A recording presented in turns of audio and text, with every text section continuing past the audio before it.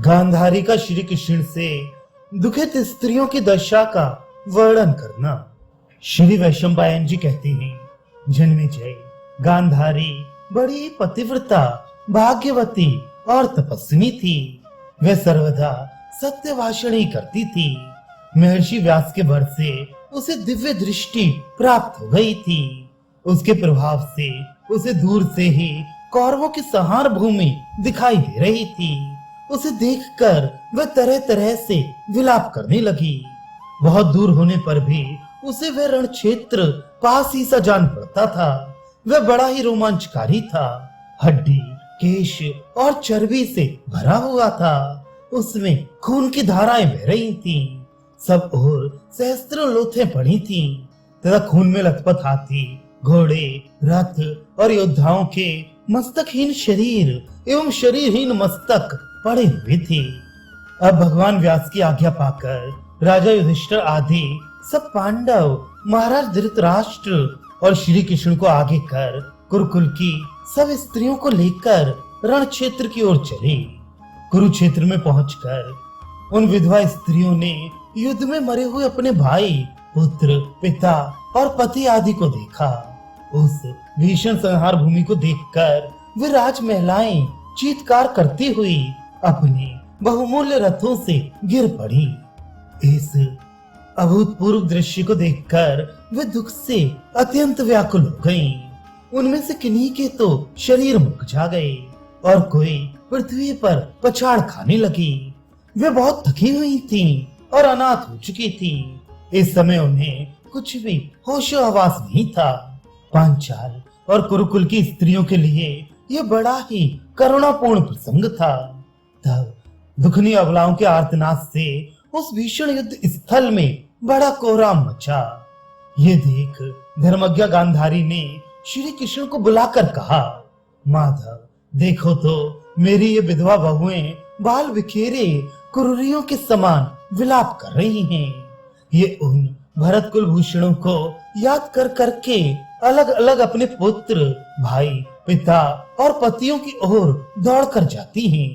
वीरवर, इस ऐसे युद्ध स्थल को देखकर तो मैं शोक से जली जाती हूँ। मधुसूदन, इन पांचाल और कौरव वीरों के मारे जाने से मुझे तो ऐसा जान पड़ता है मानो पांचों भूतों का ही नाश हो गया हो। क्या कोई पुरुष ऐसी कल्पना भी कर सकता है कि इस युद्ध में जयद्रथ, कर्ण, द्रोण, भीष्म और अभिमन्यु जैसे वीर भी स्वाहा हो जाएंगे। हाय, मेरे लिए इससे बढ़कर और क्या दुख होगा। अवश्य ही पहले जन्मों में मुझसे कोई पाप कर्म हो गया है। इसी से मुझे अपनी आंखों अपने पुत्र, पौत्र और भाइयों की मृत्यु देखनी पड़ी है। पुत्र शोकाकुला गांधारी ने इसी प्रकार दीनता पूर्वक विलाप करते हुए श्री कृष्ण से कई बातें कही। इतने ही में उसकी दृष्टि अपने मृतक पुत्र दुर्योधन पर पड़ी। दुर्योधन को मरा हुआ देखते ही शोकातुरा गांधारी कटे हुए केले के समान सहसा पृथ्वी पर गिर पड़ी। होश आने पर जब उसने दुर्योधन को खून में लथपथ हुए पृथ्वी पर पड़ा देखा तो वह उससे लिपटकर हा पुत्र ऐसा कहकर रोने लगी। फिर उसे अपने आंसुओं से सींचती हुई श्री कृष्ण से कहने लगी, वाशड़ी, जब यह बंधुओं का विध्वंस करने वाला संग्राम ठन गया तो दुर्योधन ने हाथ जोड़कर मुझसे कहा था, माता जी मुझे आशीर्वाद दो कि इस युद्ध में मेरी विजय हो। तब मैंने यही कहा था कि जय तो वही रहती है जहाँ धर्म रहता है, किंतु यदि तुम युद्ध करने में घबराए नहीं तो तुम्हें देवताओं के समान शस्त्रों से मरने पर प्राप्त होने वाले लोक अवश्य मिलेंगे। इस प्रकार मैंने तो पहले ही दुर्योधन से ऐसी बात कह दी थी, इसलिए मुझे इसके लिए शोक नहीं है। मुझे तो महाराज के लिए चिंता है जिनके सभी संबंधी संग्राम में काम आ गए हैं। जरा काल के उलटफेर को तो देखो।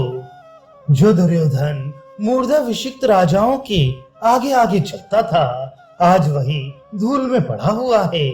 आज वह वीर शैया पर शत्रु के सामने मुंह किए पड़ा है। इसलिए इसे कोई साधारण गत नहीं मिली होगी। ओहो, जो 11 अक्षौणी सेना को लेकर युद्ध के मैदान में उतरा था, वह दुर्योधन अपने अन्याय से ही आज मारा गया। यह अभागा बड़ा मूर्ख था। इसने अपने पिता और विदुर जी जैसे वृद्ध पुरुषों का अपमान किया। इसी से आज काल के गाल में चला गया। जिसने 13 वर्ष तक पृथ्वी का निष्कंटक राज्य किया, वही मेरा पुत्र आज मरकर पृथ्वी पर सो रहा है। श्री कृष्ण, तुम स्वर्ण की वेदी के समान तेजस्विनी लक्ष्मण की माता को तो देखो, आज उसके भी बाल बिखरे हुए हैं। मेरी ये पुत्र वधु बड़े उदार हृदय की है। पता नहीं इसकी स्थिति कैसी है। ये अपने पति के लिए शोकाकुल है या पुत्र के लिए। कभी ये पति की ओर देखती है तो कभी पुत्र की ओर देखने लगती है। किंतु कुछ भी हो, यदि वेद और शास्त्र सच्चे हैं तो दुर्योधन ने अवश्य ही अपने बाहुबल के प्रताप से अविनाशी लोक को प्राप्त किया होगा। माधव, देखो इधर मेरे 100 पुत्र पड़े हुए हैं। इन सबको भीमसेन ने अपनी गदा से युद्ध में पछाड़ा है।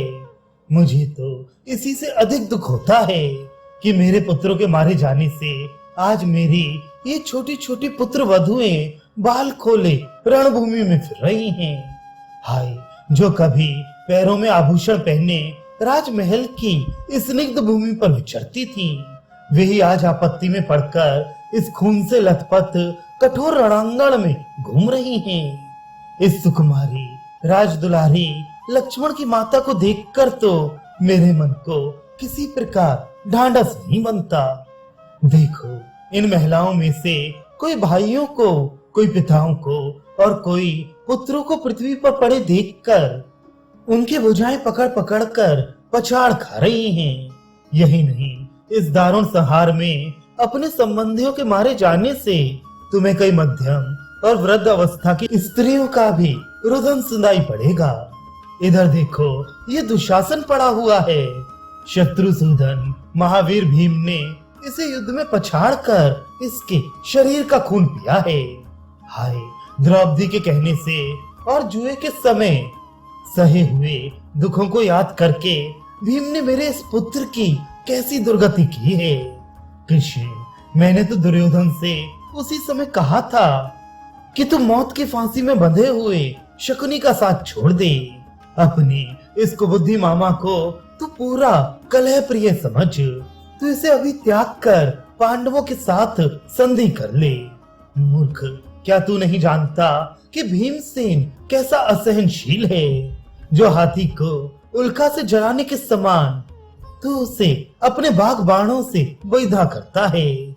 आज उसी का फल है कि भीमसेन का पछाड़ा हुआ दुशासन अपनी लंबी लंबी भुजाओं को फैलाए पृथ्वी पर सो रहा है। क्रोधी भीम ने दुशासन को युद्ध में मारकर इसका खून पिया। ये तो उसका बड़ा ही भीषण काम था। माधव, देखो, ये मेरा पुत्र विकर्ण पड़ा हुआ है। इसकी तो सभी बुद्धिमान प्रशंसा करते थे। भीम ने इसे भी सैकड़ों सैकड़ों टुकड़े करके मार डाला है। करनी, नालीक और नाराज जाति के बाणों से यद्यपि इसके मर्म स्थान छिन्न भिन्न हो गए हैं, तो भी इसकी कांति अभी तक बनी हुई है। ये शत्रुओं का संहार करने वाला दुर्मुख सोया हुआ है। समरशूर भीम ने अपनी प्रतिज्ञा का पालन करते हुए इसे भी मार डाला है। श्री कृष्ण, इसके सामने तो संग्राम में कोई भी नहीं टिक सकता था। इसे शत्रुओं ने कैसे मार डाला। इधर देखो, ये धृतराष्ट्र नंदन चित्रसेन मरा पड़ा है। यह तो धनुर्धरों के लिए आदर्श रूप था। केशव, इस अभिमन्यु को तो बल और शौर्य में अर्जुन तथा तुम्हारी अपेक्षा भी श्रेष्ठ कहा जाता था। इसने तो अकेले ही मेरे पुत्र के अवैध व्यूह को तोड़ डाला था। सो देखो, ये भी अनेकों को मारकर स्वयं मरा पड़ा है। किंतु मैं देखती हूँ कि मर जाने पर भी अतुलित तेजस्वी अभिमन्यु का तेज फीका नहीं पड़ा है। देखो, ये विराट पुत्री अनिंदता उत्तरा अपने वीर और अल्पवयस्क पति को देखकर कैसा शोक कर रही है। ये बार बार अपने पति के पास आकर अपने हाथों से उसके शरीर पर लगी हुई धूल को झाड़ रही है।